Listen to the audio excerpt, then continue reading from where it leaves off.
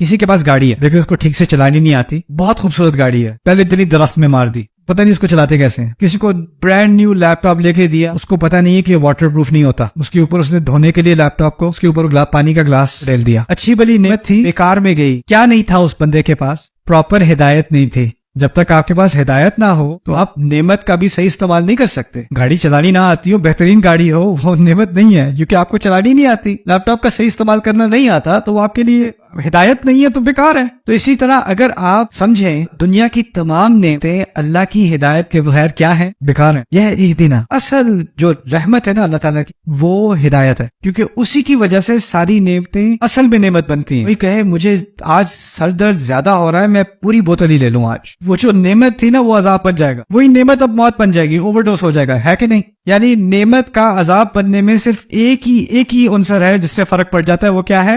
ہدایت. اسی لیے اللہ تعالیٰ نے ساری چیزیں تو ہمارے لیے نعمت بنائی ہیں, وہ نعمت صرف اسی وقت ہوں گی جب وہ ہدایت کے مطابق استعمال ہوں گی. اور اسی لیے سورۃ الرحمن میں جب کہا نا الرحمن علم القرآن, سب سے بڑی رحمت اللہ تعالیٰ کی کیا ہے؟ اس نے قرآن سکھایا. قرآن سکھانے کے بعد دنیا میں جو چیز بھی میں استعمال کر رہا ہوں, جو بھی میرا تجربہ, جو بھی میرا رشتہ ہے, جو بھی میری جاب ہے, جو بھی چیزیں میری پوزیشن میں ہے, میری اونرشپ میں, ان تمام کو میں اب ہدایت کے مطابق استعمال کروں گا تاکہ وہ میرے لیے رحمت کا ذریعہ بنے, ورنہ وہ رحمت ہوئی نہیں.